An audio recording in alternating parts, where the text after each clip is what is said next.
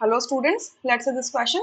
The question says which of the following operations on the Fisher formula does not change its absolute configuration. ठीक है, जब भी हम एक मॉलिक्यूल को ऑर्गेनिक मॉलिक्यूल को हम 3D मैनर में लिखते हैं कैसे वर्टिकल और हॉरिजॉन्टल लाइन के फॉर्म्स में, तो इसको हम कहते हैं फिशर प्रोजेक्शन। जो वर्टिकल लाइन के जो वर्टिकल और हॉरिजॉन्टल लाइन का जो इंटरसेक्शन होता है वो कार्बन दिखाता है। ठीक है, जो वर्टिकल लाइन होता है उस पे सबसे लॉन्गेस्ट बैकबोन आती है कार्बन स्केलेटन की। ठीक है, कार्बन स्केलेटन सबसे लॉन्गेस्ट चेन आती है।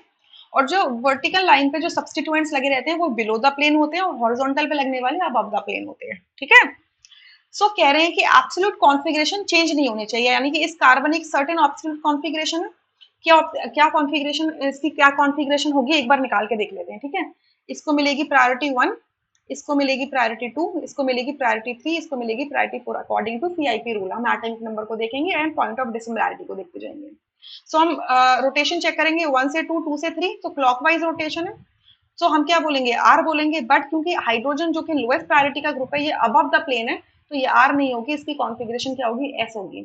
सो हमें एक्सचेंजेस करने हैं, ये जो ग्रुप्स हैं इनके एक्सचेंज करने हैं।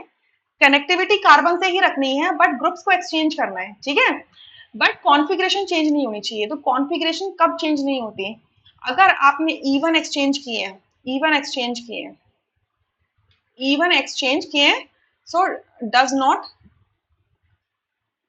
does not change the configuration, does not change the absolute configuration, absolute configuration। अगर आपने और चेंजेस किए हैं, और चेंजेस किए हैं, और एक्सचेंजेस किए हैं, एक्सचेंज कर दो यहाँ पर, तो it changes the absolute configuration, changes the absolute configuration. ठीक है, आरएस कॉन्फ़िगरेशन को एब्सोल्यूट कॉन्फ़िगरेशन कहते हैं। ठीक है, सो ए ऑप्शन में लिखा है exchanging groups across the horizontal line.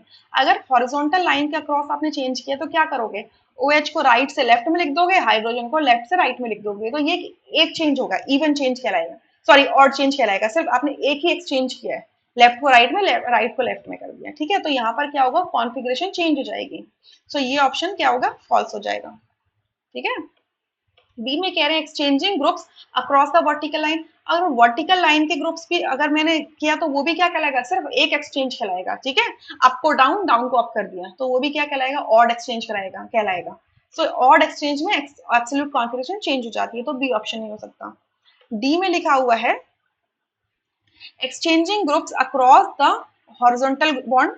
Horizontal bond पे ग्रुप्स को एक्सचेंज कर दो, साथ के साथ ही अक्रॉस द वर्टिकल बॉन्ड, और वर्टिकल बॉन्ड पे भी कर दो। तो आपने जब हॉरिजॉन्टल पे किया तो एक एक्सचेंज, वर्टिकल पे किया तो दो एक्सचेंज, तो इवन एक्सचेंज हो गए। Two is a even number, right, and even exchanges does not change the absolute configuration, यानी कि सी ऑप्शन करेक्ट होगा। हमें डज नॉट देखना है। ठीक है, डी में लिखा exchanging a vertical and horizontal group. एक आपने वर्टिकल ले लिया, एक हॉरिजॉन्टल ले लिया, मतलब आपने क्या करा, CH3 को OH की जगह पे लिख दिया, OH को CH3 के लिख दिया, ये कर दिया। ठीक है, बाकी सब सेम रहा। तो ये भी तो क्या है, सिर्फ एक ही एक्सचेंज तो हुआ है, यहाँ से यहाँ गए तो एक ही एक्सचेंज तो हुआ है ये। सो ऑड एक्सचेंज है, ऑड एक्सचेंज में चेंज हो जाएगी कॉन्फ़िगरेशन। देखो अब देख लो कैलकुलेट करके, इसको 1 मिलेगी प्रायोरिटी, इसको 2, इसको 3, इसको 4। ठीक है, 1 से 2, 2 से 3 जाओ, क्या जा रहे हो, काउंटर क्लॉकवाइज एफ बोलोगे, लेकिन लोएस्ट प्रायोरिटी का ग्रुप अबव द प्लेन है, तो क्या हो जाएगी, आर हो जाएगी। देखो कॉन्फ़िगरेशन चेंज हो गई ना। ठीक है, सो हमेशा देखना ऑड एक्सचेंजेस होना चाहिए अगर आपको कॉन्फ़िगरेशन चेंज नहीं करनी है तो इस क्वेश्चन का ऑप्शन सी करेक्ट है, rest are incorrect. I hope you understood, thank you.